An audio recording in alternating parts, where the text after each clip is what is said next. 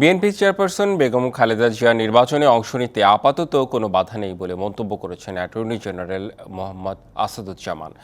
আর আওয়ামী লীগ ভোটে অংশ নিতে পারবে কিনা সেটি তাদের ব্যাপার উল্লেখ করে তিনি বলেন, যখন একটি অন্তর্ভুক্তিমূলক নির্বাচন হবে তখন তাদের বিষয়ে সিদ্ধান্ত নিতে পারবে জনগণ।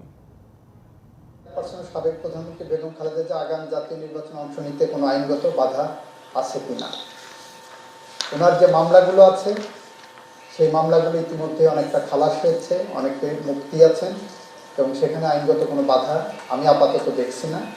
আওয়ামী লীগ আগামী নির্বাচনে অংশগ্রহণ করবেন কি করবেন না সেটা আওয়ামী লীগের ব্যাপার।